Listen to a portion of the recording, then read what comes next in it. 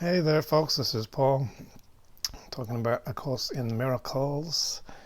Today's topic is special relationships.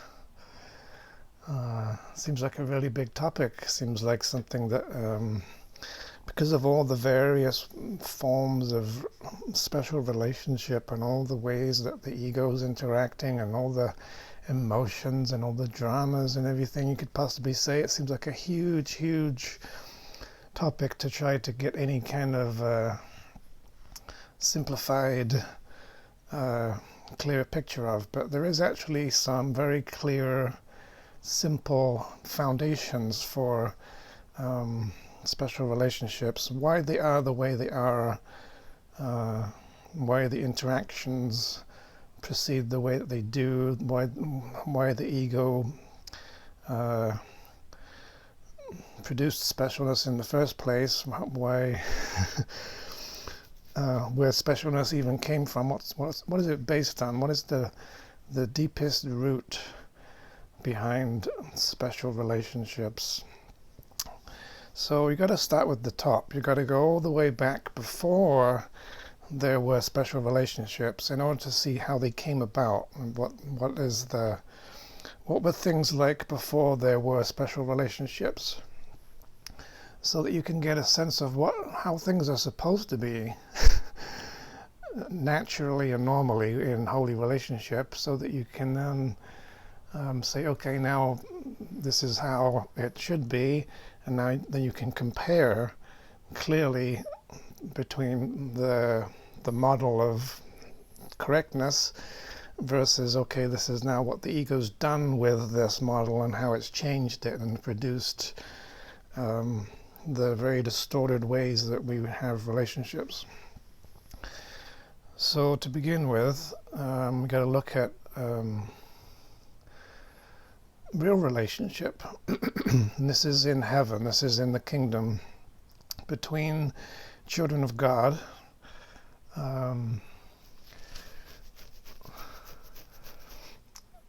There's a very interesting dynamic in heaven based on sharing.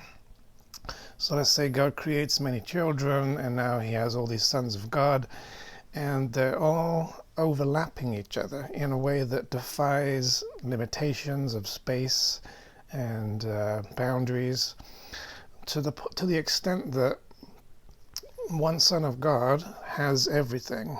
As Jesus says, everybody had everything when you were created.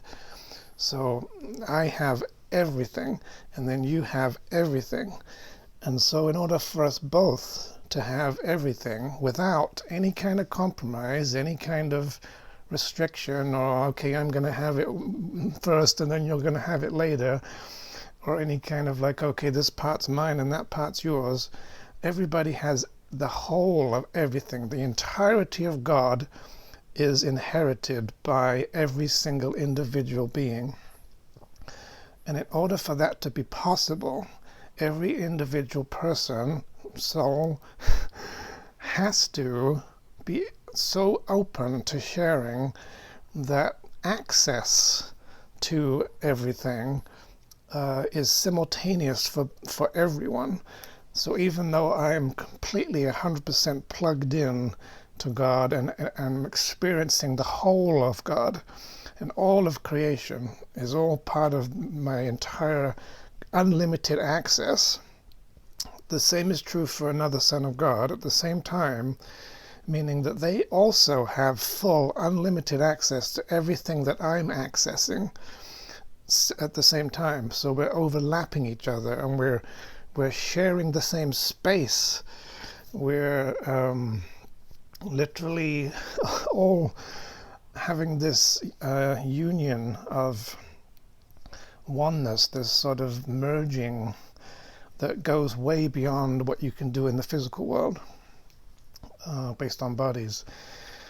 So in heaven, sharing is a fundamental law, quality of the nature of the kingdom. Of course, says that nothing real can be increased except by sharing, and so God shares himself with his creations thereby sharing is extension, which is creation. And through this communal total immersion that everybody has, whereby everyone has full access to you, because you're part of the kingdom too. So you are available to every other part of the kingdom, and everyone creates together. And even God and the Holy Spirit and all of your brothers create with you your creations. It's all this gigantic shared experience. Everybody's connected, everybody's joined together. And that's normal, that's natural, that's how we're supposed to relate to each other, that there's a perfect equality, the truth is the same for everyone. The golden rule is in force, which means that whatever is true for one son of God is true for another and the other. Everybody's perfectly equal. Everybody has everything that everybody else has. There's no exclusivity, there's no limitation, there's no isolation or privacy, there's no special rights, there's no favoritism.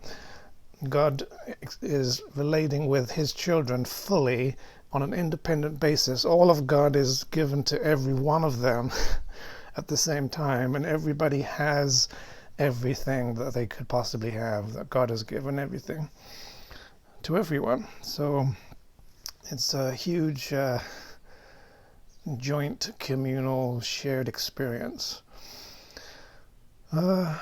So now you've got to look at, okay, what is the basis of the beginning of specialness? And it's the beginning of the ego. It's the beginning of the entire thought system. And it starts off with some person, some spirit, having this tiny mad idea. And as the Course says, the ego is the idea of selfishness. And so a being who is sharing everything with everyone, including themselves, they're fully accessible to everyone. And you are in your brother, as the Course says, one brother is all brothers, one mind is all minds, such is the truth. You are in your brother, you are in God, you are in the sonship, you are part of this merged joint thing. This ego idea of separation is an idea of what would it be like if what if instead of sharing we did the opposite of sharing, which would be me as an individual who originally was completely merged with and sharing with everyone, decides that it wants to have something that the others don't have, or it wants to exclude God, or it wants to have a private world or a private possession, or something that is favored in it, that is asking God. We asked God for special favor, and God did not provide the special favor, but we wanted God to treat us as if we were more special than the other creations of God, the other children. So kind of like a selfish child that wanted to have a portion, a part of the whole, and not have the whole. It was sort of a rejection of the wholeness, a rejection of the sharing and the oneness. They wanted to say, okay, I want to section off a piece of the kingdom that entails part of my own mind and put some kind of walls around it to confine it, both to keep everybody else out and to put myself only inside the walls. Remember that before this, you were everywhere, you were in everyone, you were sharing with everything, you had access to the entire kingdom of infinite creation, and in this idea of specialness, you wanted, in selfishness, ego, the separation idea is this idea of I'm going to separate myself off from sharing with everyone and everything that I have previously been completely immersed in and sharing with. I want to contract I want to withdraw. I want to get away from and separate myself off from this collective whole and have some kind of exclusivity, because the kingdom is all about inclusion. Everybody's included in everything. It's inclusive logic.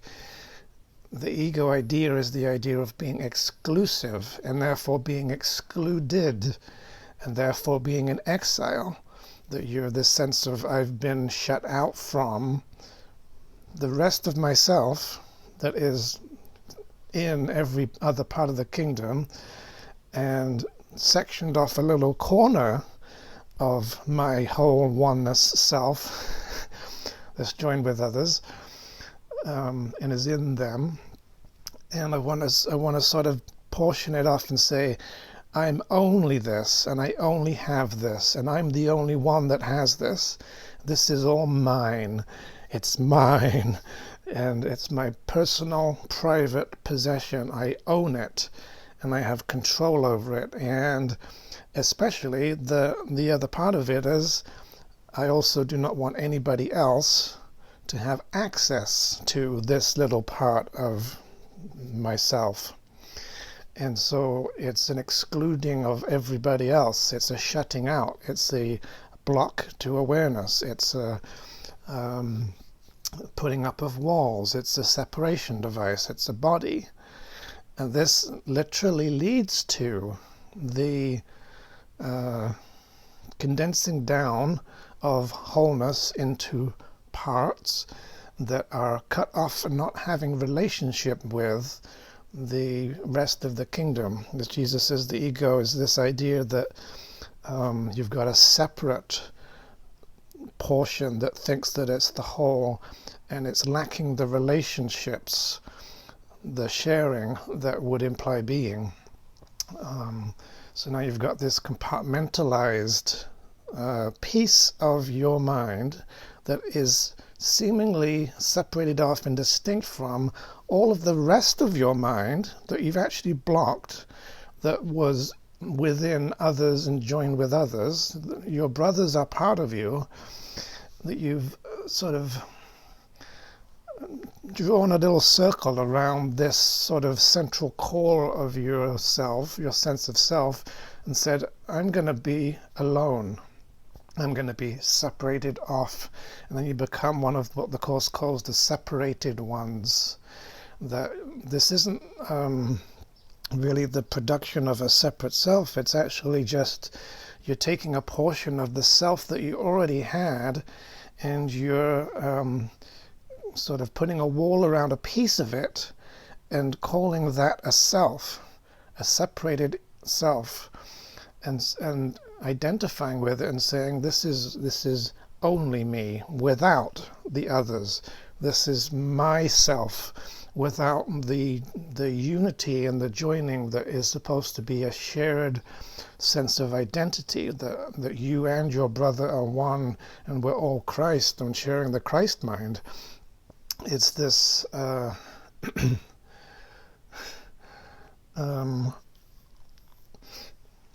sort of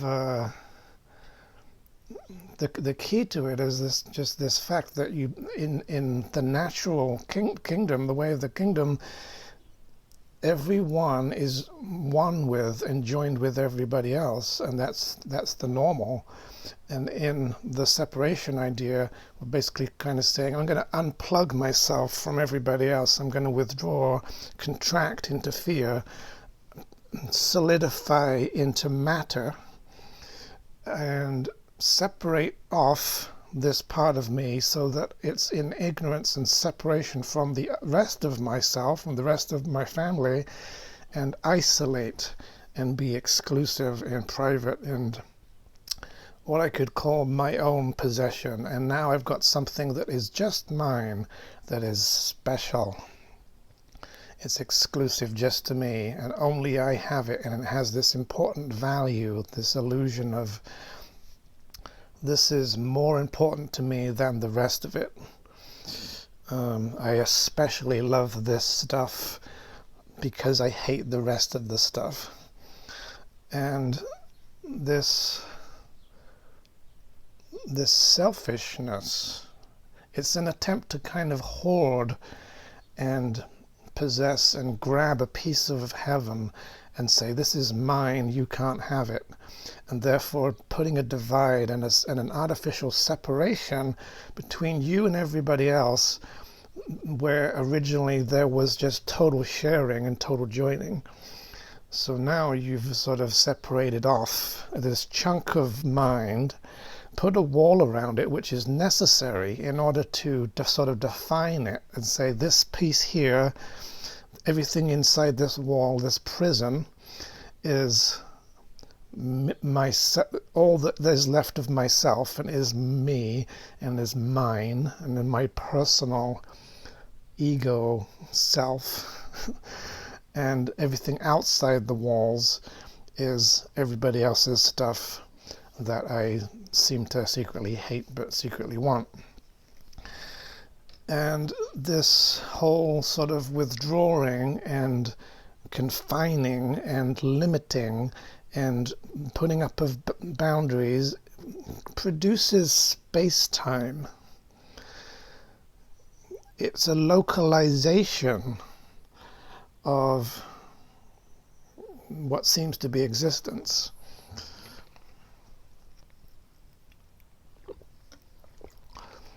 So now you've gone from a world where everyone is omnipresent, everyone is everywhere, everyone is sharing in everything, everybody's infinite, everyone's unlimited. And now you've gone into a thought system or an idea of, instead of being everywhere and joined with the whole, you're now withdrawn off and contracted down into a part, into this sort of a location, a space that you're calling separate from other spaces.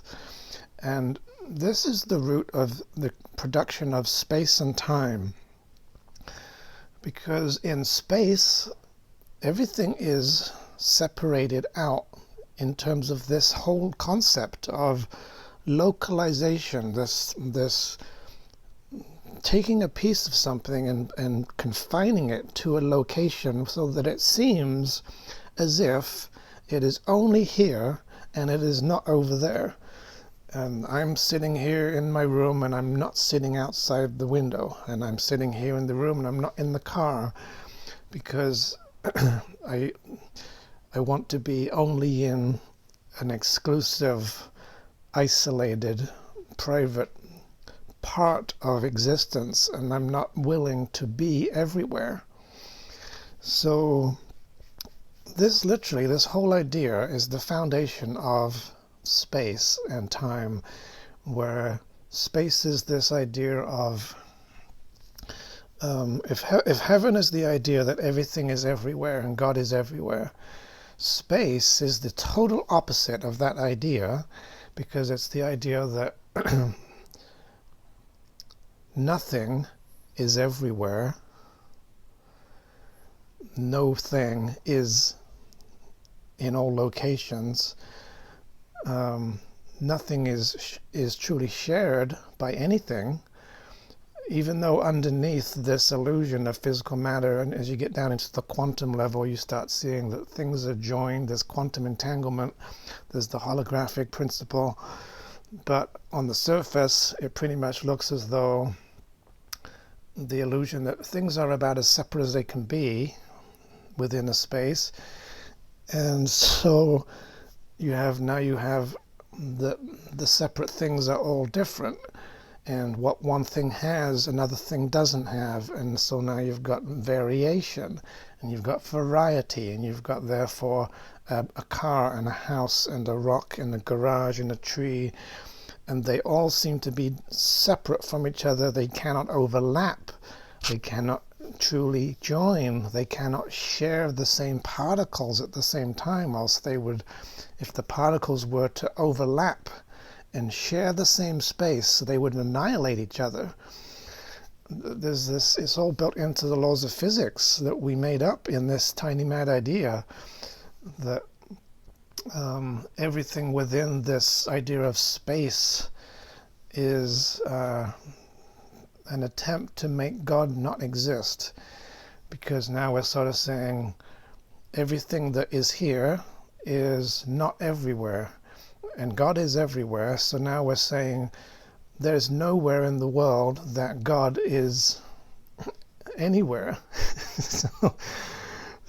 so it's like space has become an attack on God. The world was made as an attack on God. It's an attack upon omnipresence. It's an attack upon sharing, because now we've got a world where nothing is shared physically. It's impossible for anything physical to simultaneously have what anything else has. Everything has to be isolated, everything's exclusive, everything is private. The one thing seems not to be another thing. There's no unity, there's no equality, there's no simultaneous access to anything. It's all like everything has become imprisoned into forms, and this whole condensing down of this sort of unlimitedness into what Jesus calls littleness. Everything in the world is little because it's made out of littleness, he says, turns into particles of matter, which forms bodies and things. So this whole entire, basically the idea of being selfish and wanting special favor and wanting to have something exclusive and wanting to have a little part of the kingdom that you can say this is isolated from the rest, has resulted in the making of an entire universe of material objects. It is a direct consequence of that simple logical idea of, as soon as you go from sharing to not sharing, as soon as you go from wholeness to partialness, as soon as you go from reality to illusions, as soon as you go from unlimitedness to limitedness, you're instantly creating a state of mind within which a dream or a making or a result, a consequence, an outcome coming from that idea, that foundational idea, the tiny mad idea, had to lead to and produce the physical world. Pretty sure there's a quote somewhere that says basically that the world sort of was an entire world had to come from this separation idea, this specialness, this idea of ownership and differences and inequality and not sharing and isolation, imprisonment. And it also therefore automatically had to result in bodies. Human bodies and all kinds of bodies had to be the natural, logical outcome of trying to be special, because of this whole, I've got to have a boundary. Remember, the Course talks about how the body is a fence that the Son of God has put around a piece of the mind to try to keep the universe out. The shared experience, try to keep out all of the rest of the kingdom, to block out the sonship and God, and to fence off a piece of mind and say, what is inside this fence is exclusive to me, is mine, is my own thing, is not shared, is all alone by itself, is as if you sort of took up occupation of a little piece of the kingdom and you put a barricade around it and you said, okay, this piece of territory is mine and no one else is allowed to share it, nobody else is allowed access, nobody else can be here with me. And that results in what we experience as having taken a piece of our mind and put it into a state of embodiment, where we now have produced a separation device. The body is clearly a device for separation. The fence that we have put around our minds to fence ourselves in, a piece of our mind, to fence a piece of us in. Remember, this fenced-in self is not the whole of you. There's another huge portion of self that is shared with all your brothers and God, and we're just having this experience of, I am only this prisoner who is locked in a body. My mind is trapped in my brain, and I will only experience being inside of the prison walls, therefore stuck in the body, incarnated, as they say, and I will experience that this is, I'm the only one in here. This is my body, the ego's little castle that is protecting my little hidden inner treasure, my specialized sense of self, from the rest of the entire universe. And this is symbolized, the enormity of this is symbolized by the fact that there's a massive, unlimited, seemingly infinite universe out there, all these other people in the sonship, all this other stuff, and I'm just this tiny little thing stuck in a tiny little human body, a little speck on the planet, to show you the sheer extent that we've gone from massive magnitude and sharing and unlimited connectedness and unity down to this tininess, this littleness, this I'm this tiny little piece, tiny little bit of mind that is surrounded by this prison cell that is the body. And so the body, which is a separation device, is needed. Its purpose, it is the solidification of the idea of being separated off, and it's the way by which, it's the device that we use to fence this piece of ourselves in and say, I'm going to camp out here and put up my boundaries and not share with anyone. I'm just going to be my selfishness. And I'm special in this selfishness because I have things that other people don't have, and that the body itself testifies this because I have a beard and the women don't have the beards, and have the eyebrows, and some people have different eyebrows, and I've got the blue eyes and they've got the brown eyes, and therefore I'm special because I have all these features and these qualities, this variety, which is exclusive to me. And that by believing that I am this body, being body identified, which produces sickness, I am literally taking my identity from being infinite spirit joined with the whole of existence, narrowed down and confined off to being, I am anchored as a body. And as Jesus talks about, the body is required in order for you to have special relationships. This is all coming back around to special relationships, and that you need to have gone into this whole confinement of your mind, which has separated you off from the whole, where the body is actually the walls and the fence.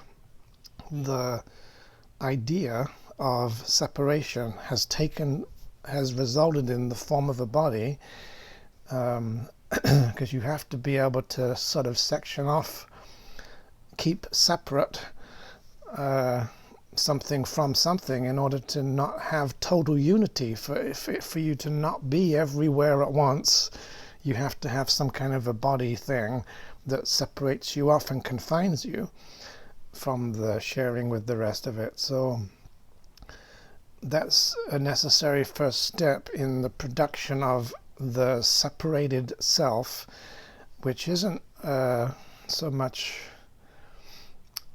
sort of a made-up self, but it's a self it's a piece of your mind, a part of the whole of your unlimited mind, that has regarded itself, a little corner that's regarded itself as the sunbeam, as the that thinks it's the whole sun, thinks it's a whole person, thinks that this is all of me, and this is my whole self right here. And it's not true. It's only a part, and it necessarily has to be only a part because it is apart from the rest of existence in order to maintain a sense of specialness. You can't have an ego, you can't have this separate self, this separated off piece of mind that has to at some point become reunited with and a part of, and is still a part of, the whole of the sonship.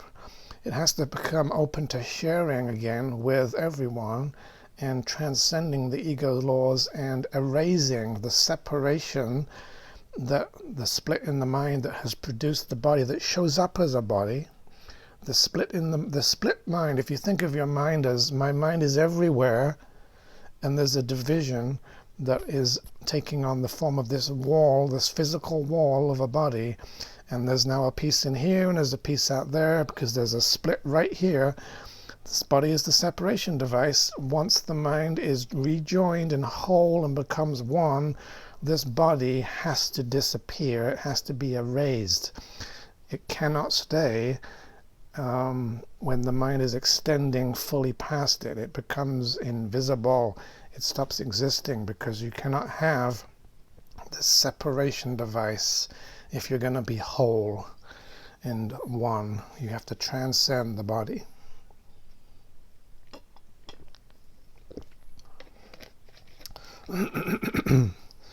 How are we doing so far? This is going quite well, I think.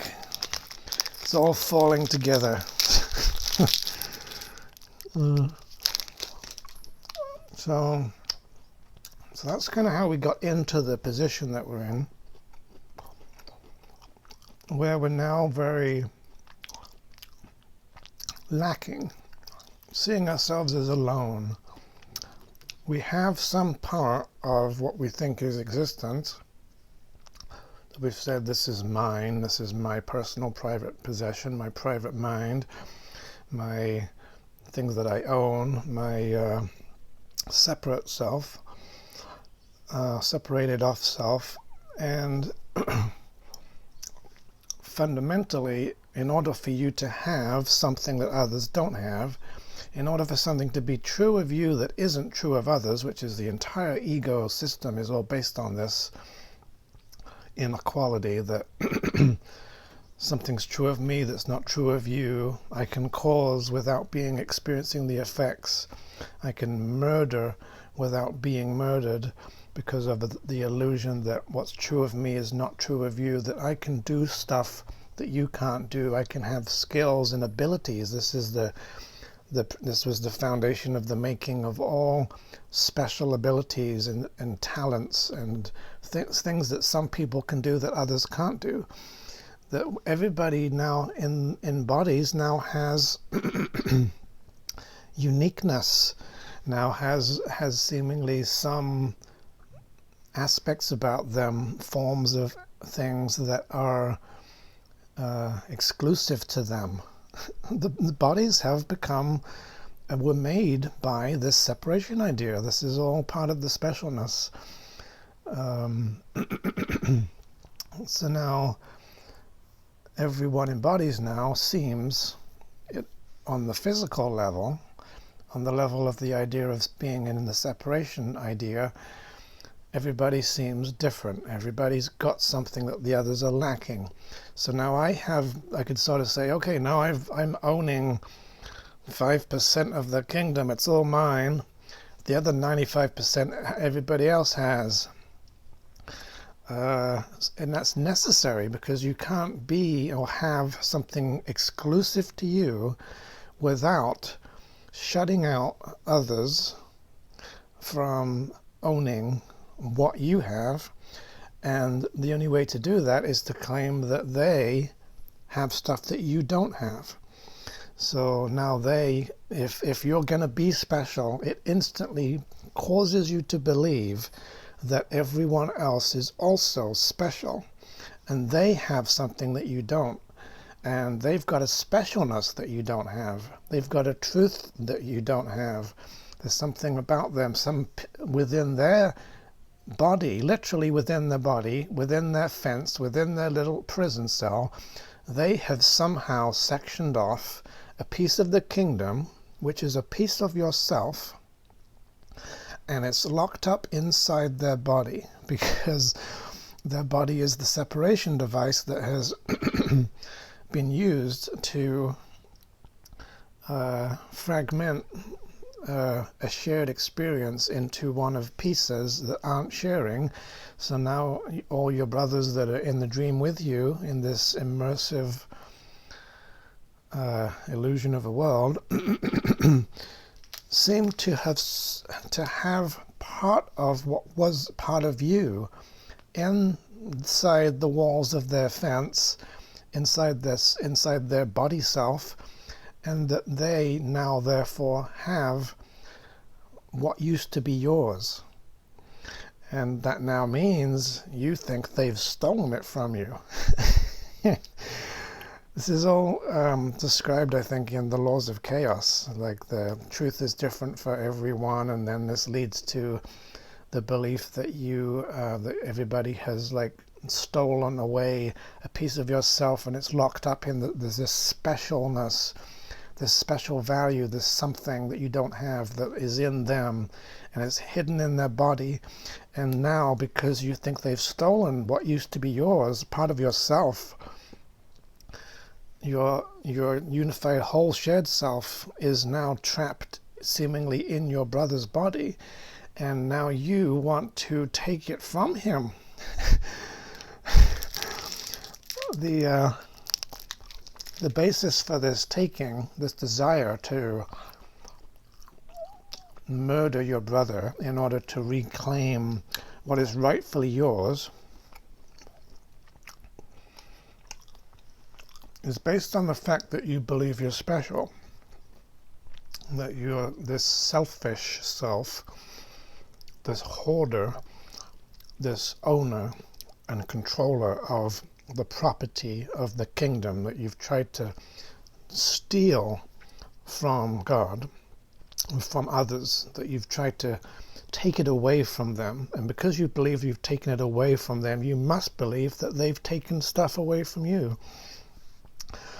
So now you are, because you now lack, Jesus just reminded me, now that you're lacking what they have, now that you've necessarily said, I'm the only one that owns this piece of the kingdom, and you don't have it, you have the rest of it stuff.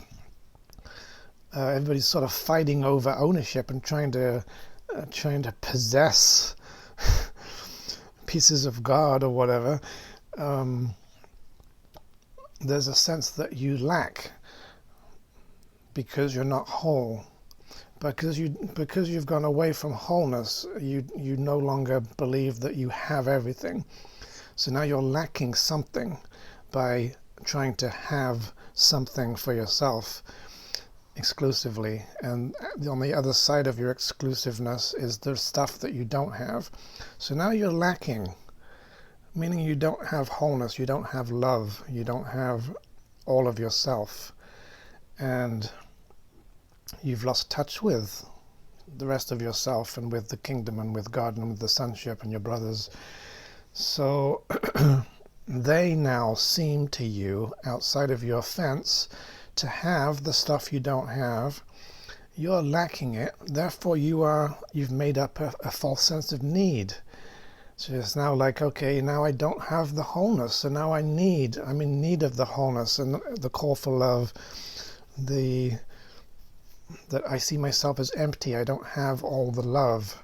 And if you don't have wholeness, you don't have love. So now you're now exiled in a sense of unlovability and darkness and unworthiness, and are not loved or are not experiencing love, and therefore now you feel lonely and forgotten and abandoned and isolated and shut away and exiled from the kingdom. You're safe in God, dreaming of exile. So now in this very needy state, and now believing and perceiving that others have stolen from you the stuff that you don't have, you now are compelled to try, rather than undo this and go and actually be one with the sonship and God and have everything, you maintain the imprisonment, you maintain the lack, you maintain the specialness in the ego, the selfishness, and now by wanting to have everything for myself and be selfish, it automatically makes me perceive that everybody else is being selfish and they're unfairly treating me by not giving me what I want, not sharing it with me. How selfish of them, because I want to have it all for myself. You will now be compelled to try to, or your entire relationship with others in this state will be a special way of relating, a special relationship. And you will be trying to do various things to try to overcome this sense of isolation, loneliness, incompletion, not being a whole self, lacking, needing,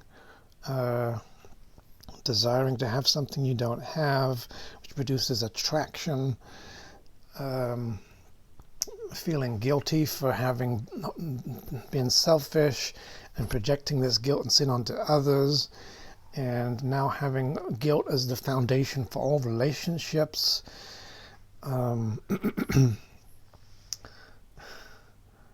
This is all quite far-reaching, and it leads to all of what we would recognize as most relationships in this world that are all based on this fundamental groundwork, where you now have conditional love because you're now placing conditions on, or you have a need, or you have a reason why, or a purpose for why you want somebody to do something or be a certain way to you. That basically now fundamentally everybody's hating everybody else because of the lack of love, the lack of wholeness, the lack of sharing with everyone must mean that you do not love everyone. So therefore, the ego's plan is that you will not love everyone and you will only be very, very exclusive. And you will have relationships that are very private and that keep everybody else out. And down to the point of even being one-on-one, this supposed holiness and sacredness of one-on-one relationships. I have a girlfriend or a boyfriend, or I have a husband or a wife, and we're monogamous and we're totally committed, and all this stuff is all based in the ego, actually. And the whole world has set this up to make it look like it's sacred and holy, and it couldn't be further from the truth.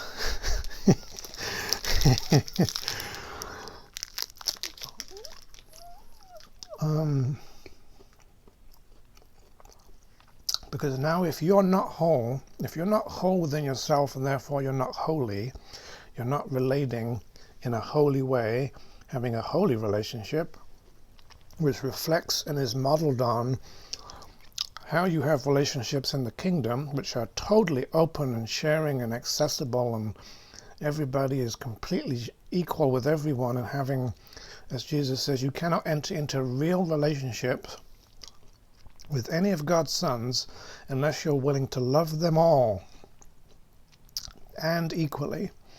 And real relationship is the relationship that you're having in the kingdom with all of his children. This, I love every single child of God equally, with no favoritism, no specialness, no special person that I feel specially in love with, no protected, owned individuals that we might call children, that we think that we have control over, and we're the only one who can love them properly, and anybody else that comes along and claims ownership to them, we'd be like, fucking hell, I'm going to kill you to defend and protect my property. This is a very prevalent attitude. So now we get into that we're now relating on a basis of lack and neediness and emptiness and being alone and feeling incomplete, and the sense that now some other person could complete us. That literally, I am only part of a self. And Jesus talks about how in these relationships there isn't even a recognition of a whole person in the relationship. There's me being partial, not being whole of myself, not being joined with the sonship, being sectioned off and seeing myself as selfish and special, having a partial relationship as a partial self with another partial self, and believing that this produces a whole, that this other person now completes you, and the ego has set this up. This is an automatic, natural consequence, a logical consequence, an outcome, the natural progression of this whole way of thinking leads to special love. Just as it leads to matter and bodies and space-time, it leads to special love. This is an outcome of the ego thought system that is all based on this not sharing thing, this tiny mad idea of separation and exclusion, favoritism and specialness and hoarding and selfishness has resulted in a natural consequence. This is what had to come about as a result of this. Special love, this idea that I am special, somebody else is very, very special, I want what they've got because I don't have it, and somehow I'm going to join with them in closeness of bodies and intimacy and sex and so on, to try to merge myself with what's in them and take from them what is rightfully mine in a selfish act that supposedly is joining but really is two people being selfish, getting their own supposed needs met. And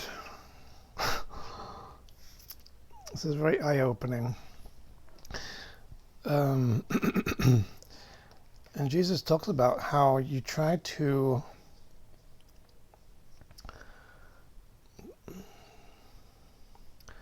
because this is all about denying that you are the whole of yourself, one with everyone else, in everybody else, sharing with everybody else, united with them, joined with them.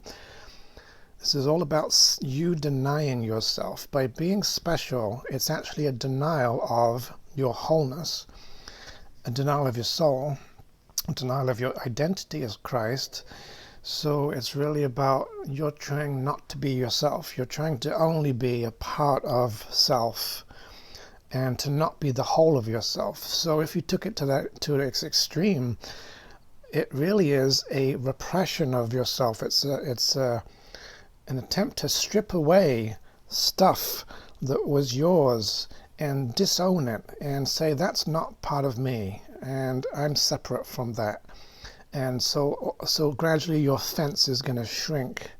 As the more you withdraw from God, the more you're going to cower and be little and small and have less. And ultimately that is leading to death, because that's a path, an entire path that is going from sin and separation to the eventual, if you have total exclusivity and you can say this is exactly only mine and I'm completely cut off from everything else, you necessarily must end up with nothing. And the everything else must literally be everything else. I don't have any of the whole left, is the extinction of yourself. And that's the end result of this ego thought system. It leads to death.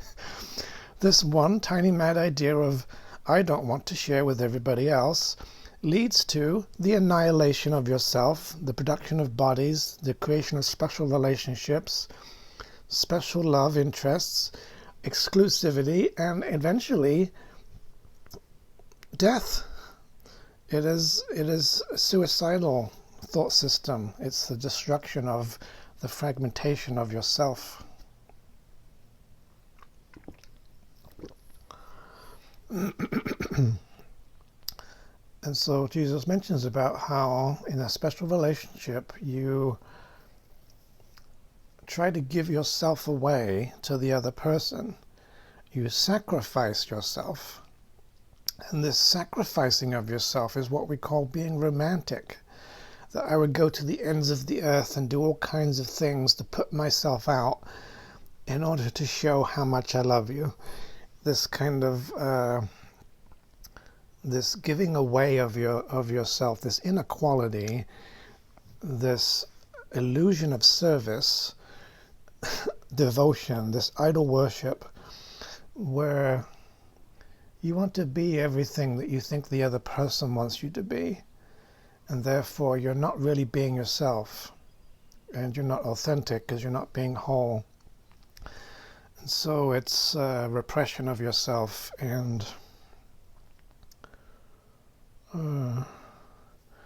it leads to, it's self-denial, and it leads to basically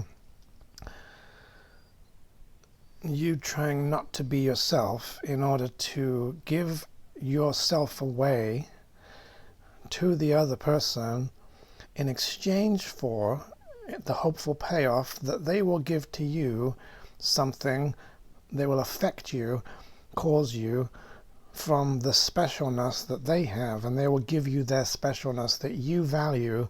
You think that their self is better than yourself. You put them on a pedestal, you have idol worship, and now you've got this relationship based on idol worship. You're the best thing that's ever happened to me. You're the most special person in the whole world. And all the love songs are written about in this way. That's kind of funny, like you are everything, and you're the one for me. I want you and nobody else. And you can experience this what seems like a very sacred sort of illusion of extraordinary spiritual seeming love with another very specific person, because now Jesus is reminding me about another part where we basically had started off with hating everyone.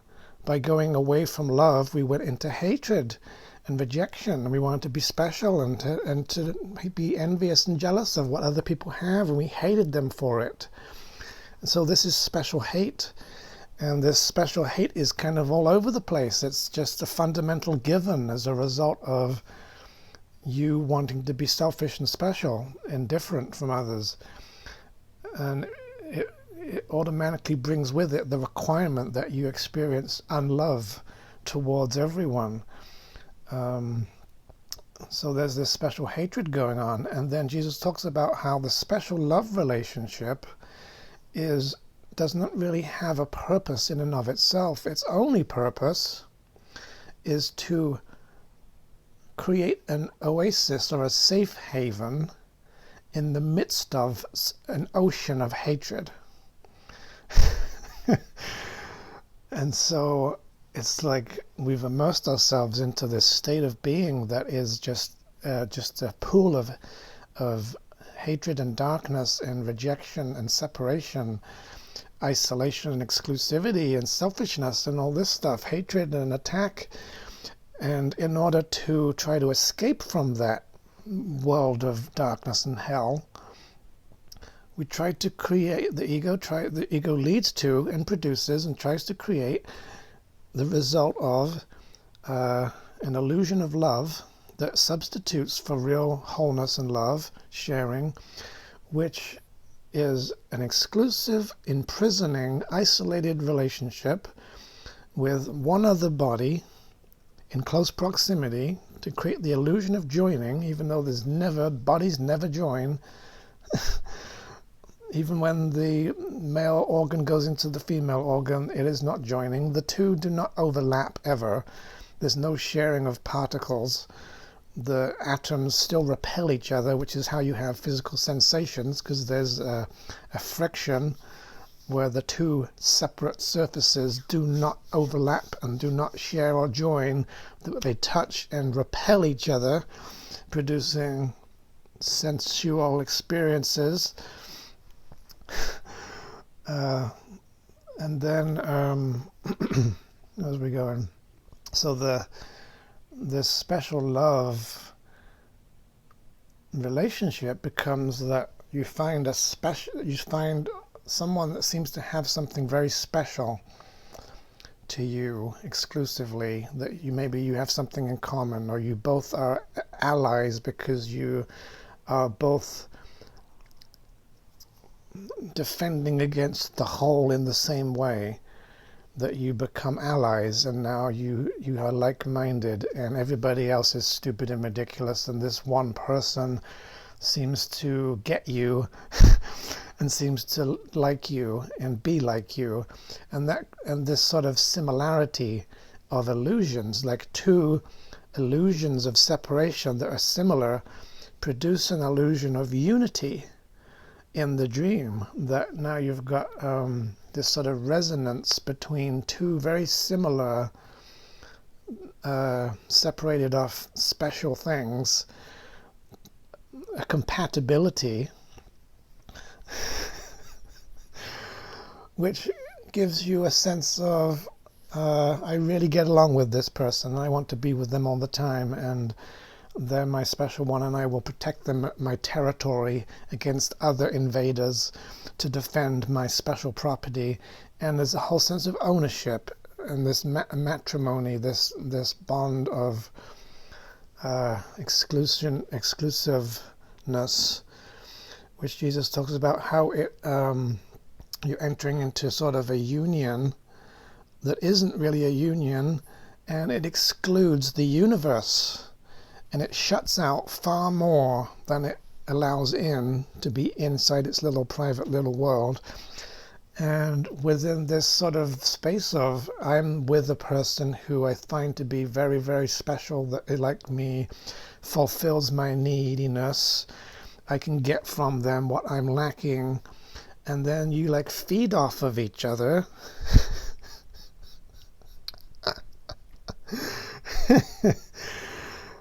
Like parasites that are eating each other alive.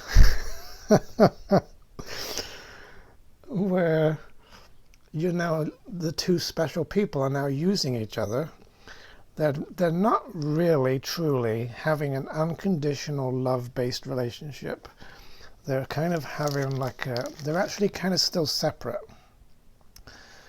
And there'll be arguments, and there'll be fighting, and there'll be disagreement, and there'll be not sharing, and there'll be space, and there will be loss, and sooner or later some kind of lack of equality that gives rise to conflict. And there'll just sort of be this mix of the ego tried to mix love and hate, or life and death, together at once in order to confuse them and make them have no meaning. Jesus talks about how special relationships have no meaning,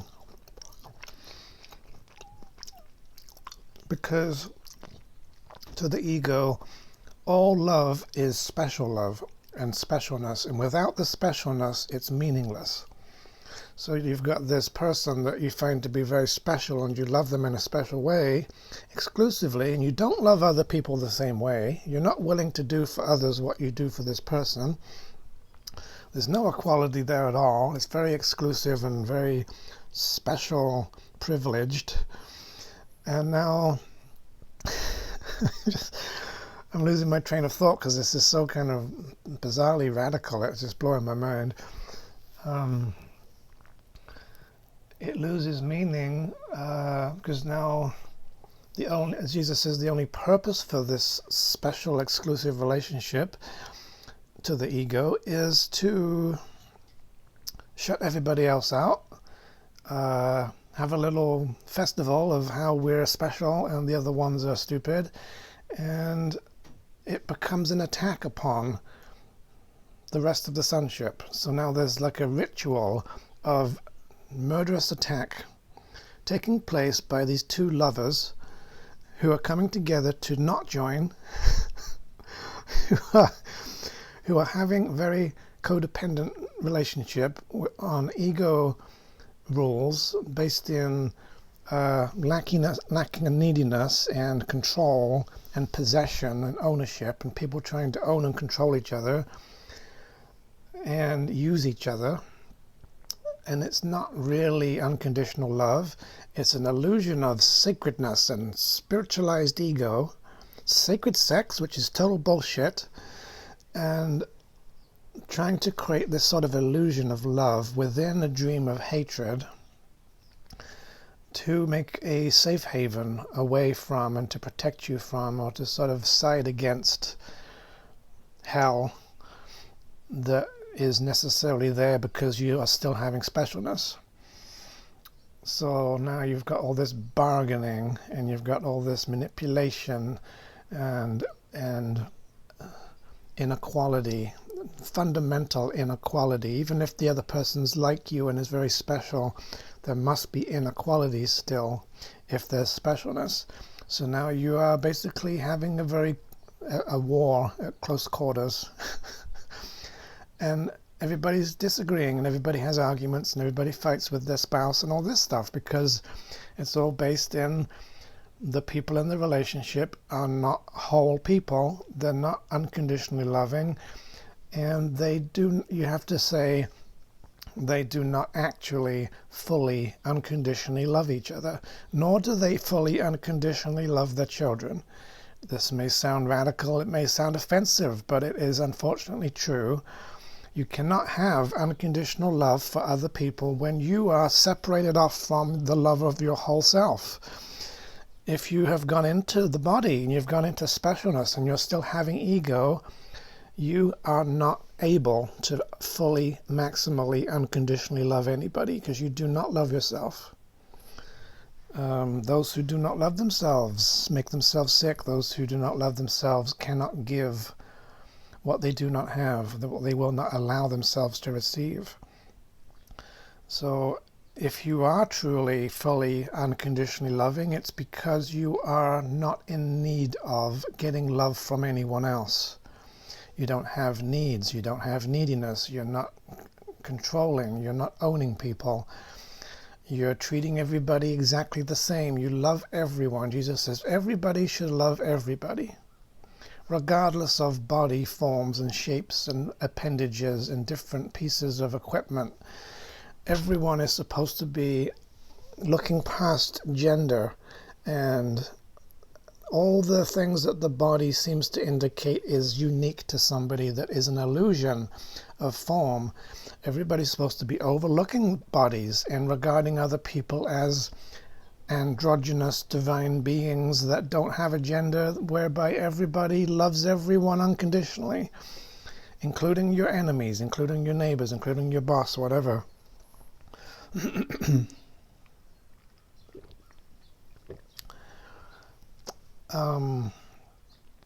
So if you are in that specialness and you've got exclusivity, fundamentally there has to be conflict and there has to be a lack of love, and it becomes special love, and you can feel like it's just the two of you and you don't need anybody else, and just the whole world just disappears in your love, and they are your property, and woe betide anybody dare take away your property or flirt with your spouse or do anything that would suggest that she's not yours or he's not yours.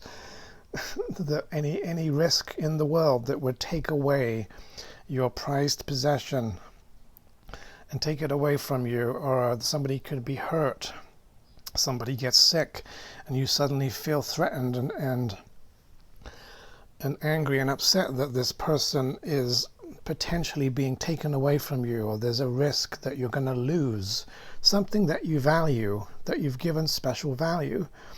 And because real value cannot be lost. So if there's any sense of, oh, I could lose this valuable person, it must be some kind of ego illusion of value, that you think they're a body, or you value what they do for you, or you value in a special way, because if it can be lost, it can't be real. So we get upset that our special loved one has died and we've lost. That's very hard. It's very difficult to go through grief and shit. The sense of something real that I valued and have given special value and have attached to a physical form has been ripped away and taken away and is dead, does no longer exist.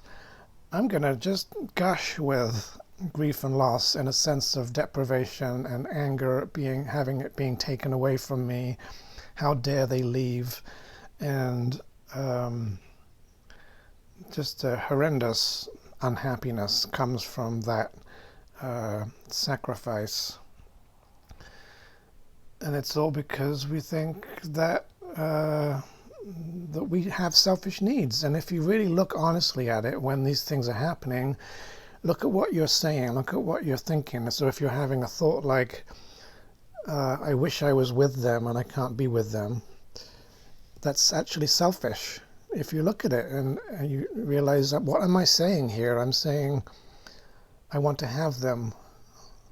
I want to possess them. I want them to be where I am.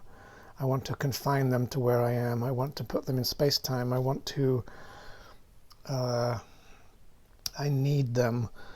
I cannot be happy without them. All this stuff. This is all based in selfishness, specialness, lack, limitation, being unwhole within yourself. Unholiness. Unholy relationships are special relationships.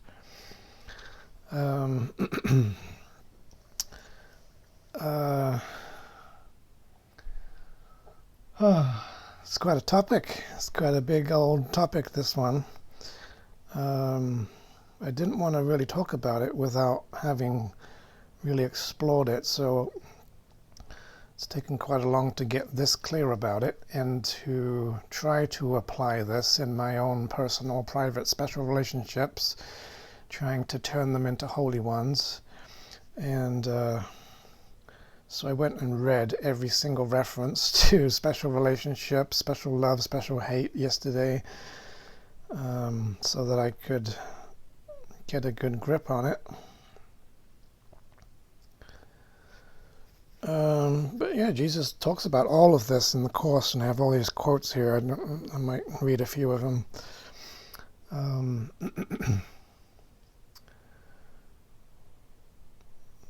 So it's all this sort of this whole, the entire ego thought system, all egotism, all conflict, all special relationship, all unholiness and lack of love is entirely based on, I am selfish and I don't want to share. I want something that's just mine. I want a me, a myself that isn't yourself, a separated off self, a confined self, a self that's in a body, having relationships with other selves that are in bodies that are not themselves, that are not the whole of themselves, that we're pretending we're having a relationship based on wholeness. Almost nobody in the world has a whole relationship. To have a holy relationship or a real relationship, you've got to become holy and real. To where you're now relating on a basis of complete sharing and openness and equality and the complete absence of specialness. And the complete absence of specialness is really a matter of, it's kind of impersonal. When I had an experience of God, the attraction to God was so strong that I felt I wanted to be with God only, and was willing to let go of every single relationship in my whole life, dropping it all on a dime, because it was so obvious that God was extraordinarily more appealing and attractive. The wholeness was so much more desirable, so much more real and meaningful, that I was willing to leave behind, and I almost left my body. I was just about going to leave behind even my most special, close marriage relationship, because this love was so full and big, and so there was an impersonalness to it, that it is very personal. God loves every child fully, personally, and this is what Revelations remind you of. But at the same time, that love that he has for you is also the same love that he has for everybody else, and so it's not different. So it's not like a love that is sort of focused upon you in a special way. It's not a favoritism. It's not private. It's a sameness to it. There's an equality, and that gives you a sense that being in that real love is real unconditional love that applies to the whole and not to an individual separately or to the exclusion of others. And so it feels like that you no longer can be exclusive, and that you actually are now willing to fully love everyone in the same way equally. And that at the time to me made me feel guilty, because afterwards, because I felt, oh my God, I have just basically just chosen God over my spouse. And I kind of felt guilty for a while that I had this, I couldn't deny this sense of not specialness in the love that was bigger and more real than the exclusivity and the specialness that was in our relationship at the time. And it's been challenging.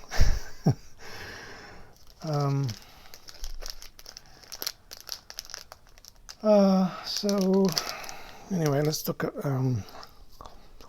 it's getting a little bit longer, so let's not really sure how we can wrap this up or whatever, because I don't really want to talk in depth about holy relationships here, because that's kind of a whole subject in itself. Don't do any of this crap and you'll be holy in your relationships. There you go. Backpedal through all these things that you've got yourself into and all the consequences of the separation idea.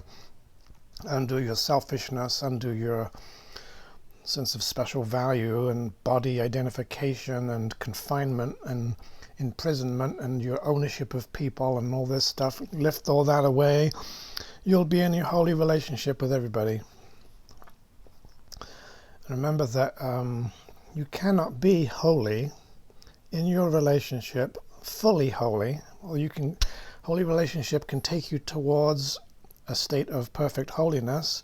You can adapt your special relationship into a holy one. The Holy Spirit doesn't want you to give up your special relationships. He wants to change them and transform them and heal them to produce holiness. But to get to total holiness, you have to be free from all specialness, all exclusivity, all isolation, all selfishness, all ownership, all attachment to other people in a special way, such that you're willing to love the whole in a whole way all the time, loving everyone the same way. That's real holy relationship. You're now in a relationship with the whole sonship. You're now married to everyone. that is real relationship. That's what we're trying to get towards. So I guess I'm gonna I'll go through these quotes. There might be a couple of things I forgot to talk about. So, special love relationship is an attempt to limit the destructive effects of hate by finding a haven in the storm of guilt. It doesn't attempt to rise above the storm. It emphasizes that guilt is outside the haven by attempting to build barricades against it and keep it within. Special love relationship. Special love relationship is not perceived as a value in itself, but as a place of safety from which hatred is split off and kept apart. So now you think everybody else is the ones that I don't love. I love you and nobody else. And the only one that you love, I will only love you. I will only give everything to you. And that means I will not give anything to everybody else. I want to kill them all. That's basically what special love is saying, if you take it to its extreme.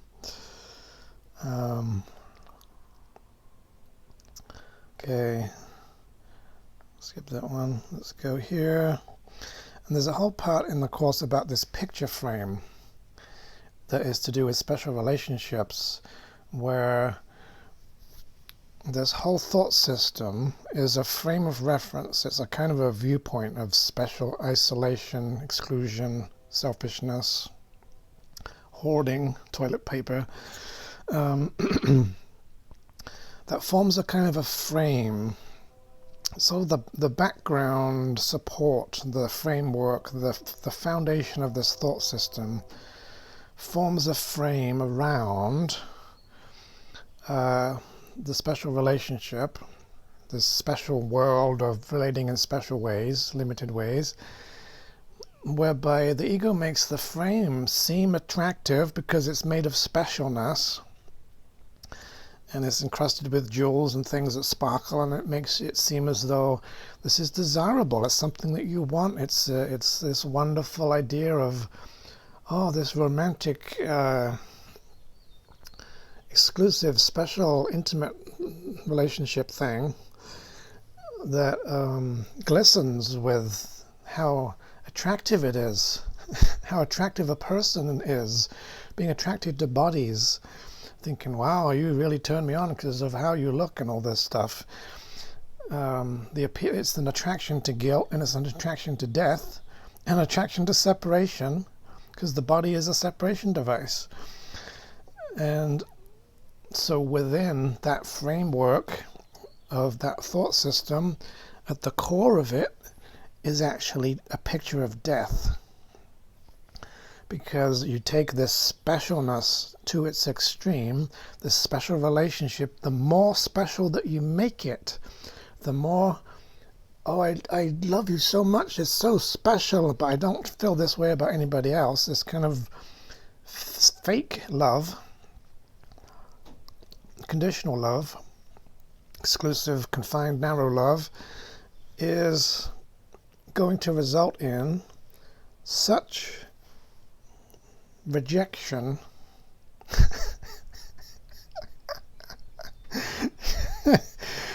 you can imagine this is supposed to be love, but simultaneously it is an attack that rejects everybody else. In order to make a person very, very special, everybody else has to be hated. So in this ego thought system, you've got this massive contradiction in the special relationship of simultaneous hatred and love, and that's why the love cannot be whole. In order to idolize and worship someone in a very special way, there must be hate involved. To frame this whole thing, why it's so special, because everything else sucks so bad. And if you take it to its extreme, it becomes murderous to the point where you've got this gross special relationship that devolves way away from anything that even resembles love into this codependency and this constant fighting and this anger and attacking and almost destroying each other, and violence and victimhood and abusive spouses and people that are it seems like a relationship and it seems like there's love involved, but it's so devoid of equality and health, sanity, and real meaningfulness and real unconditional love that it becomes this sort of agreed to conflict. There's two people that really don't love each other, that are together fighting all the time, hating each other all the time, and practically the amount of love has been so narrowed, and there's so much exclusivity behind closed doors in secret, in the darkness, kept hidden, that it shuts out all the light and devolves into something that could become very vicious and violent and murderous, where now a spouse kills their other spouse or whatever, or a parent may go insane and kill the child or whatever comes of it. This culmination of special relationship leads to death. It leads to murderousness. What is not love is murder. And so ultimately this whole ego idea of special love and special value is really actually special attack, special devalue, special destruction, special separation at the same time. And so on the surface it's an illusion of love that seems like love, but really is hatred and attack and murderous. And the more special it becomes, the worse that is going to get, to the point where it's only obvious outright attack and vicious violence. And the ego calls that love. That you would stay with an abusive person because you think this is love, that you're being given what you deserve and you want it, and you're totally destroying yourself and giving yourself away and sacrificing yourself. Suicidal. Destroying yourself by being in this relationship of hatred, instead of getting out and getting safe or getting, having real meaningful love that you actually deserve, a holiness that you actually gives you what you really want and doesn't hurt you. So this whole picture frame thing, special relationship, is the most imposing and deceptive frame of all the defenses that the ego uses. It's surrounded by a frame so heavy and so elaborate that the picture is almost obliterated by its imposing structure.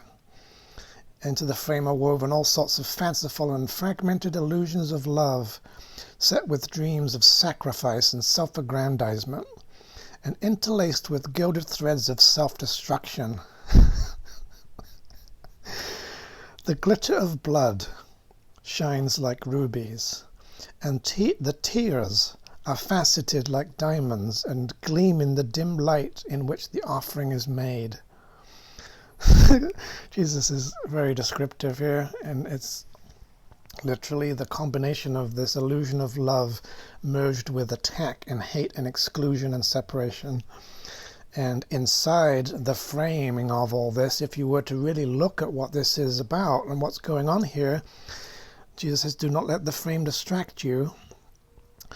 This is given for your damnation, and if you take it, you will believe that you're damned.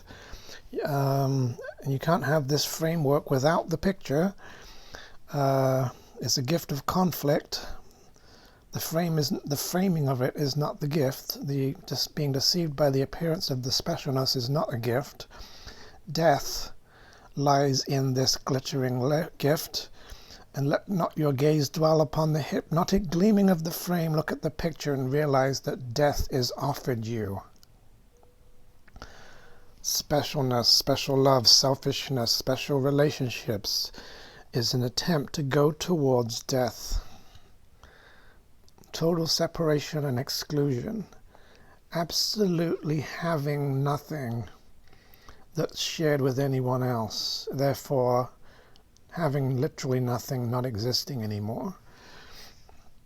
This is the ego's promise that idol that you worship and think is so special, and you're so in need of them and attached to them and dependent on them and using them and controlling them, is murderous, and this is a movement towards death. This is quite challenging to look at and accept in your actual personal relationships. To apply this to your relationships. The special relationship was the ego's answer to the creation of the Holy Spirit, who was God's answer to the separation. The ego did not understand what had been created. It was aware of threat. The whole defense system the ego evolved to protect the separation from the Holy Spirit was in response to the gift which God blessed it. So basically, the ego thought system continued down its path, its logical consequences, its next seemingly logical next descent into hell, in reaction to the creation of the Holy Spirit, to try to pull you away from atonement and truth and love, away from the healing, to try to defend against love. So special love is a defense against love. And it can seem like love because it's so special and given all this illusion of value and exclusion and artificial deserving and all this stuff, but it's actually an illusion of a relationship. And it's very challenging when your relationship that was founded in specialness is brought into question as you give it the purpose of a holy relationship, and you're willing to turn it into a holy relationship. The specialness starts to get dismantled, and it starts to get broken down, and you start to become aware that it's a lie, and that the specialness that it was based on is harmful, and it's egotistical, and it's selfish, and there's all kinds of control going on, and there's all kinds of exclusion and isolation and ownership happening in this specialness. And as that becomes, you become aware of this stuff, it's very upsetting to go through this and be have the specialness in the relationship breaking down to where it seems like the relationship is being destroyed and is breaking, and you're losing the person, or they're turning into a monster, or some kind of all the things that you were maintaining your bond, your special bond, seem to be being destroyed, and you're becoming aware that it's not working, and it hasn't been working really, and you're then evolving into a more holy way of relating with this person and setting them free, letting go, honoring their needs and their free will choice, and relinquishing control. And as the song says, if you love someone, set them free. And it's very tumultuous and very a huge upheaval if you found a very special partner, and that's based entirely in ego stuff and body connections, and they're the salvation you've been looking for, and it was all very special and exclusive. And then as you're opening up to spirit, you're having to dismantle and look at all this stuff and realize and let go of all this stuff, and in order to expand, in order to be more loving, in order to be more unconditional, to actually love the person and to actually have a relationship with them. And so as your relationship evolves from specialness to holiness, you actually are developing a better relationship. You're actually becoming more honest, more open, more transparent, more holy, more joined, more sharing, more equal, and more recognizing of their Christ self and the truth about them, less attacking, there's less conflict, less argument. And so now you're keeping this person, this special relationship, but now the Holy Spirit's turning it into a real relationship and is actually joining you in love that is simultaneously full and whole and completely shared, a love that is far more spiritual and real than before, at the same time as becoming not exclusive, and boundaries are disappearing and limitations are disappearing, and you're opening up and finding that you're even more loving towards other people as well as this person that had been the focus of all your love and attention. And now you're becoming, as you become fully in love with this person, you're becoming fully in love with the whole sonship. It's a huge expansion of union back to your sense of oneness. I had to I was checking the battery and I made it stop recording. So anyway, so the specialness, the exclusion, and the selfishness, and the ownership, and the control, and all that stuff melts with this person, and you open up to a more unconditional, unlimited love that can now be experienced with more people, with unlimited people.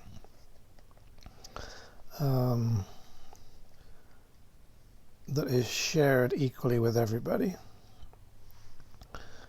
Let's see what else he says here. So he doesn't ask you to get rid of your special relationship. He's actually asking you to keep it and transform it into real loving relationship.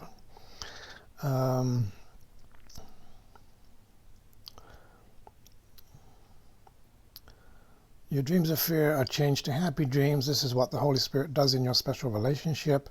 He does not destroy it or snatch it away from you, but he does use it differently as a help to make his purpose real to you. Your special relationships will remain, not as a source of pain and guilt, but as a source of joy and freedom. And it will not be for you alone. Its unholiness kept it as a thing apart, and its holiness will become an offering to everyone. Your special relationship will be means for undoing guilt in everyone blessed by your holy relationship. It will be a happy dream that you share with all who come within your sight. Through it, the blessing that the Holy Spirit has laid upon it will be extended. So now you're staying with the person that used to be your special exclusive person. It's perfectly okay to remain mostly spending space-time with one other body if you want to, and yet it becomes a expression of holiness and sharing an extension of love.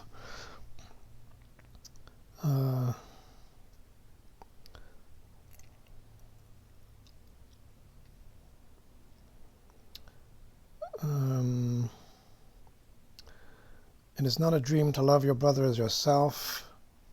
Holy relationship is not a dream. All that remains of dreams within it is that it is still a special relationship, yet it is very useful to the Holy Spirit, who has a special function for it.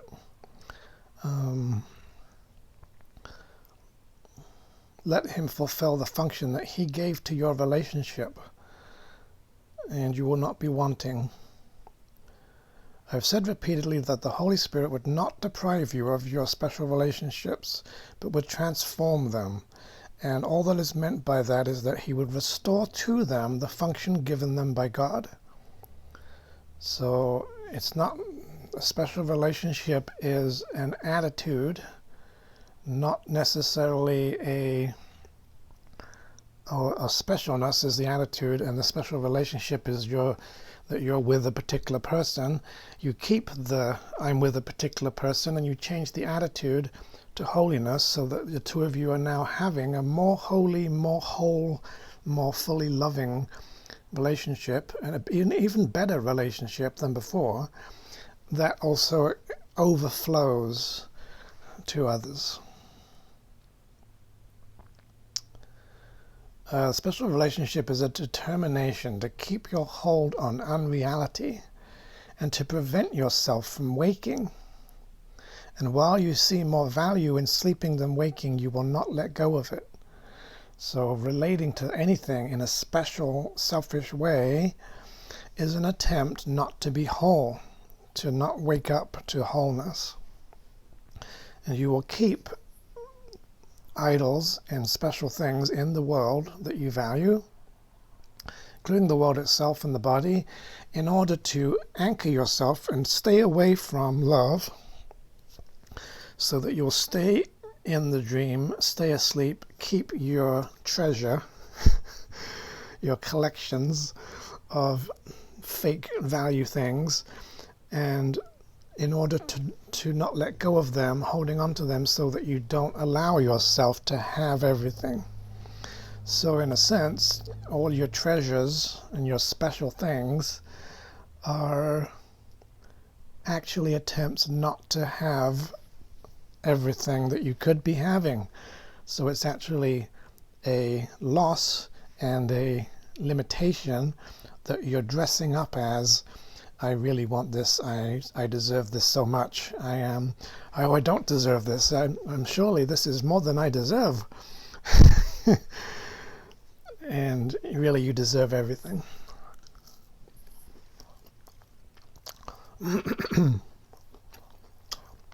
You see the world of separate bodies seeking to join each other in separate unions and to become one by losing. When two individuals seek to become one, two bodies, they're trying to decrease their magnitude. Each would deny his power, for the separate union excludes the universe. Far more is left outside than would be taken in, for God is left without, and nothing is taken in.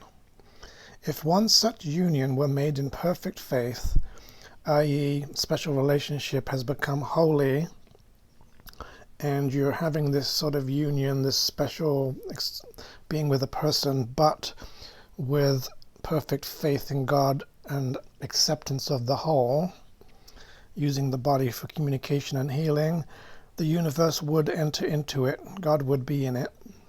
Yet the special relationship which the ego seeks does not include even one whole individual, for the ego wants but part of him and sees only this part and nothing else.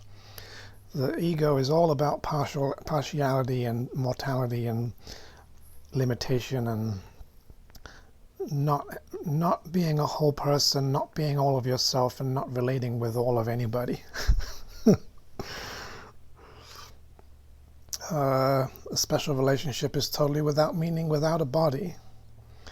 If you value it, you must also value the body. Because remember that at the beginning, the body is the result of the idea of being special in the first place. It's the separation device that makes you special and private, and fences you in so that you can be special. And so the body is fundamentally tied into this idea of specialness. It's a symbol of specialness. If you value specialness, you must value the body. What you value, you will keep. Special relationship is a device for limiting yourself to a body.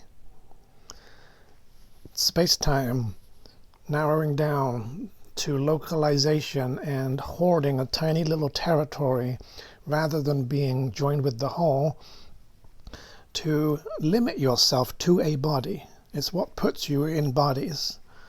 is this selfishness. This ego thought system of selfishness results in incarnation.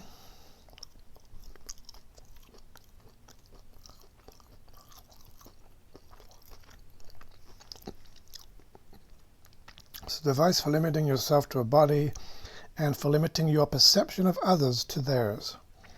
So if I'm being selfish and special and ego, I'm going to see my brothers as their bodies, and now I'm going to worship their bodies and have lots of sex. If the great rays were established, a total lack of value of the special relationship, and if they were seeing them, the body would disappear because its value would be lost, and so your whole investment in seeing it would be withdrawn from it. So if there's no special value, there cannot be a body. This fence that defines the specialness and the exclusivity and the uniqueness and the difference and the inequality would be erased when there is no specialness left. The body must disappear. This is how you leave the dream of death without dying.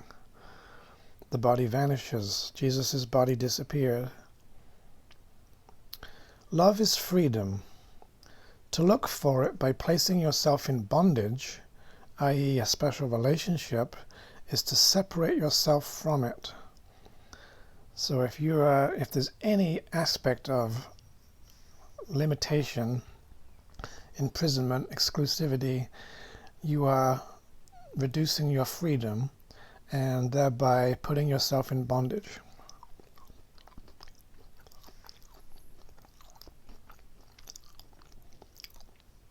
To the ego, unless a relationship has special value, it has no meaning, and it perceives all love as special. So it totally ignores and obliterates the idea of any kind of unconditional wholeness of love. It will only accept that love is only love if it's special. So it has to be special. There has to be some sense of I love you in particular in order for it to be love. Otherwise we'd say I don't love that person over there because I don't find them to be special enough. So I especially hate them.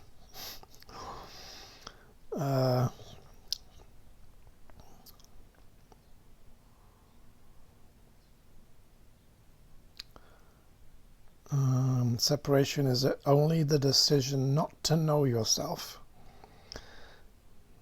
I don't want to be the whole of myself. I want to be only part of myself and forget that I'm the rest. I want to be to forget who I am and believe that I am something I'm not, and that all that's left of me is the little tiny piece that I've sectioned off and called my own, and now I don't know who I am or where I came from.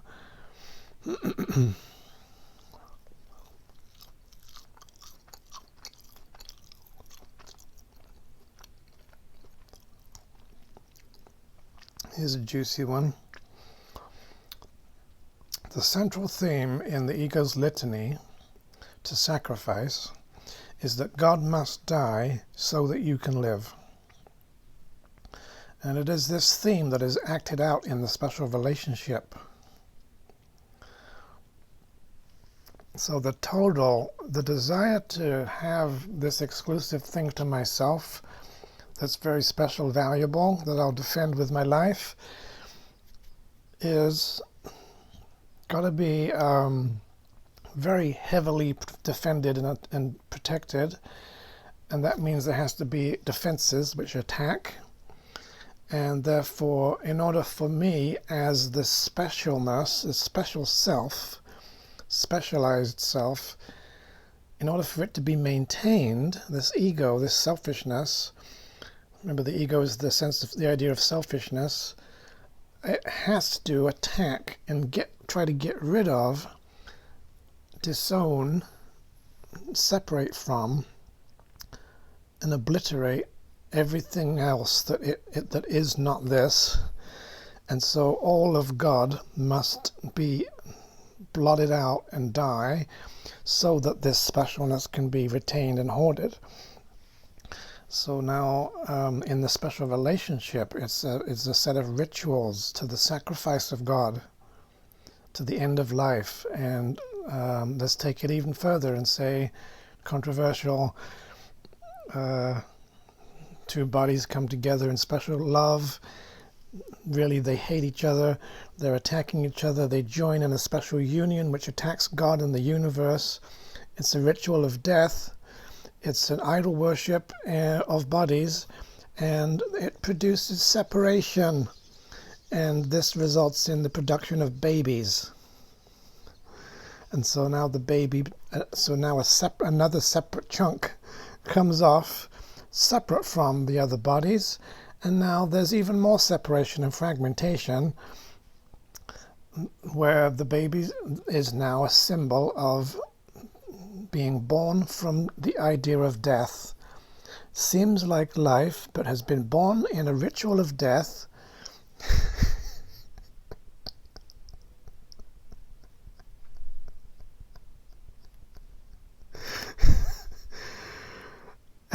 And is now celebrated as the arrival of life, when it really came from a death ritual that was symbolizing specialness and attack on God, and is now a gift from God, because supposedly it now has been a blessing. Whether or not children are blessings, we could go there too, but I won't do that right now.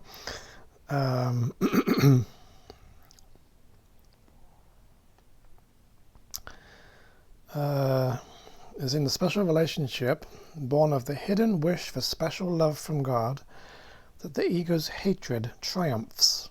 For the special relationship is the renunciation of the love of God, and the attempt to secure for yourself the specialness that he denied.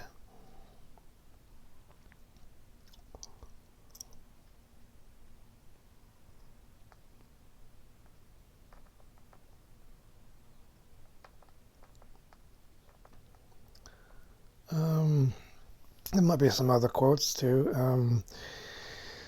Like there's one about how we sought special favor from God, but God did not give us special attention. And so we thought that we wanted God to be a God that plays favorites and that would exclude others in favor of ourselves so that we could be put on a pedestal and worshipped, that God would now become the worshipper of us, and thereby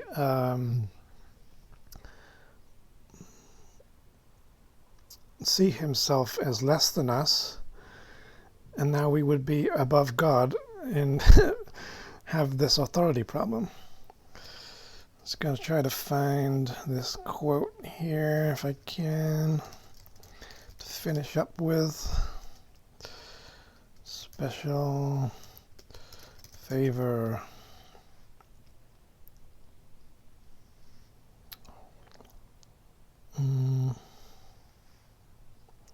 Sometimes I can't find these things, so I have to try a different website. Special favor.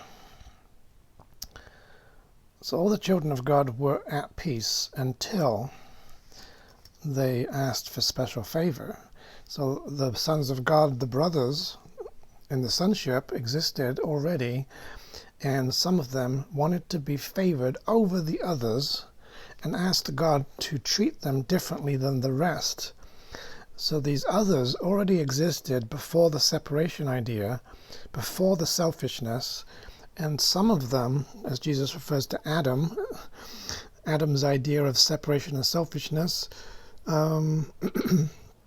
was an attempt to be special among those who already existed, and requested from God that they be treated in a different way.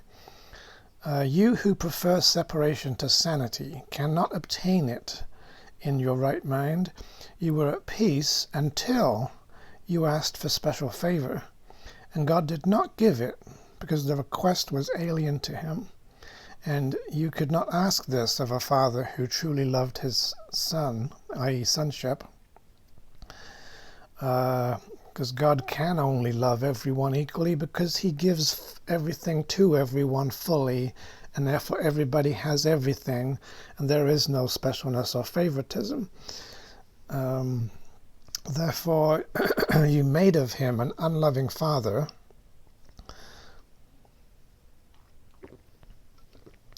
by asking him to only love you and not others, demanding of him that what only such a father could give.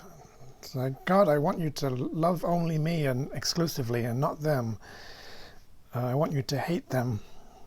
And believing that God could even be or do that kind of thing.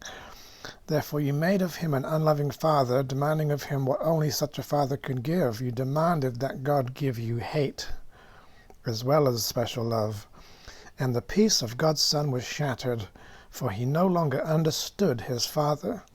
He feared what he had made, but still more did he fear his real Father, having attacked his own glorious equality with him. This was the beginning of the separation. This is that we in heaven happily at peace, and then we got selfish and said, okay, I want to be special treatment. I need something for myself here. I want to have something the others don't have. I want to be able to go off by myself and hoard something and keep it private and secret and hidden from everybody else. A little treasure, my precious, that would result in evil. This tiny mad idea.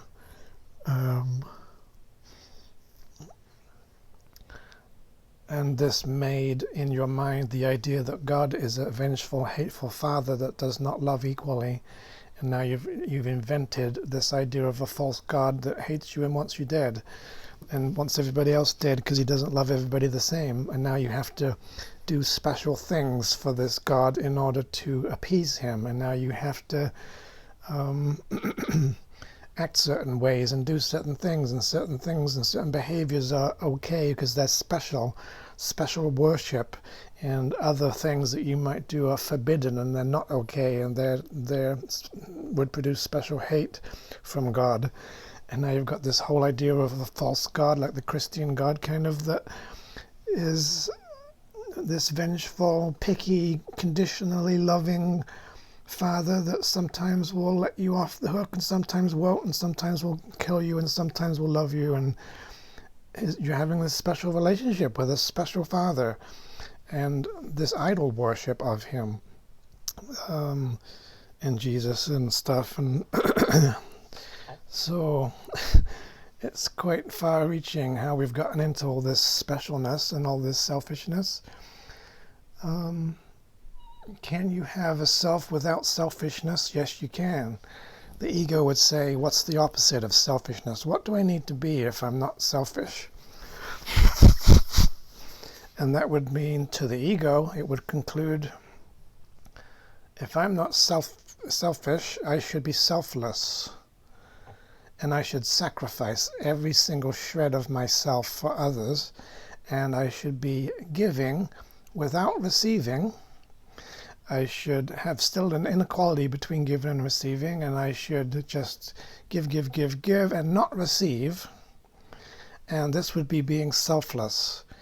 And this should be loving. But this is not loving. This is not equality. This is the ego's version of unconditional love, self-sacrifice, being left out of the love, and trying to make sure everybody else has stuff that you don't have, denying it to yourself. That somebody would like give away the last of their something and not have any left for themselves because they think that's somehow giving, and they feel guilty about having anything for themselves. That's all ego. It's bullshit. You are to be fully, equally included in everything. You are to receive as much love as you give. You are to be equal with everybody. Everybody is supposed to be included in everything. Not that it's a matter of either I have it all or everybody else has it all, or I hoard everything or everybody else hoards everything. Everybody's supposed to be sharing. And that's the true equality. That's the holy relationship, is the restoration of perfect joining of minds, total sharing, the lack of limits, the undoing of exclusion, and the rejoining with the whole sonship in simultaneous, unlimited relationship. To return to the selfless yet self-full way of being. Jesus says the ego is the idea of selfishness. The soul is the idea of self-fullness. Selfishness is the idea of not being all of yourself and trying to section off a piece of it and say that's me and having nothing. Self-fullness is being the whole of yourself, which is joined with and one with the whole of everybody else's selves in heaven as individual beings who share everything. God, who encompasses all being, nevertheless created separate beings who have everything individually.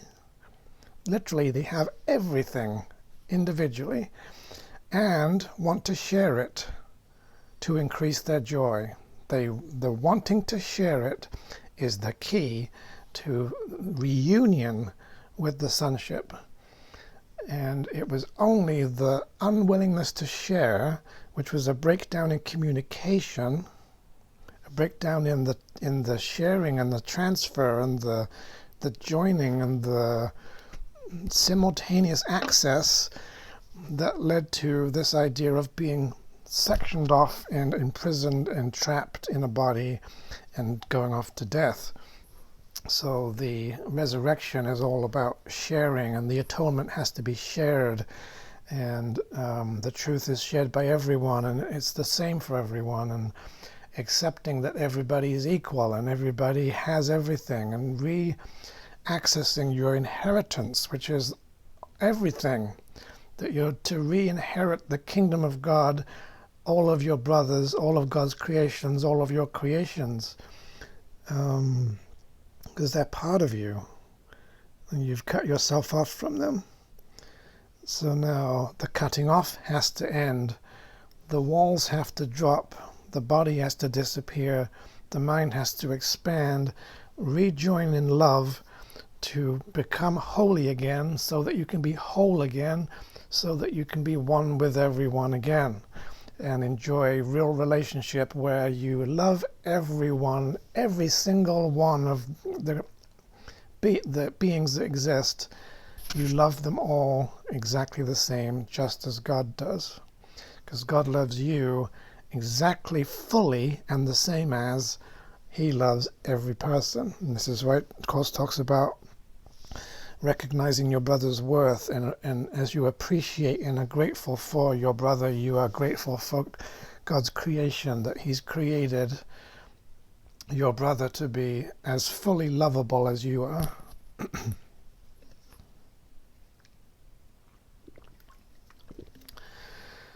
So I think I'm going to wind up there, get some lunch. It's kind of a bit of a long one, but it's kind of a big topic. Special relationships is really convoluted, and we could really go further into all the little kinds of ways that people manipulate and use each other and have conflict and all the dynamics there. But it's all based on this ego, very kind of logical, consequential thought system that automatically leads to all of this stuff as a result of, I don't want to share with everybody else, I want to go off by myself and have my own little kingdom, my own treasure, my own secret self, hidden self, my own little world, my own separate rulership, my own body. So there you go. That's pretty much special relationships, and their opposite is holy relationships. So our challenge is to apply all of this to our special relationships and look at them and see where we're doing this and why am I being selfish and how controlling am I and why do I think that I own somebody and who am I shutting out? Why aren't I loving everybody equally? Why can't I love strangers as much as I love my spouse? Where is the inequality in me? Why? What am I valuing in a special way in idol worshipping that is a way for me to avoid real love? What am I hoarding and valuing as special value that is keeping me from God or as an attack on God? How am I using special stuff in order to stay asleep and avoid waking up by anchoring myself into stuff and saying, I want this special thing. I want these treasures and these objects and these toys and this world and this body more than I want God. There we go. I'm going to stop there, stop yakking. Talk to you again soon. Hope you have a nice day. Bye. Don't be too special now.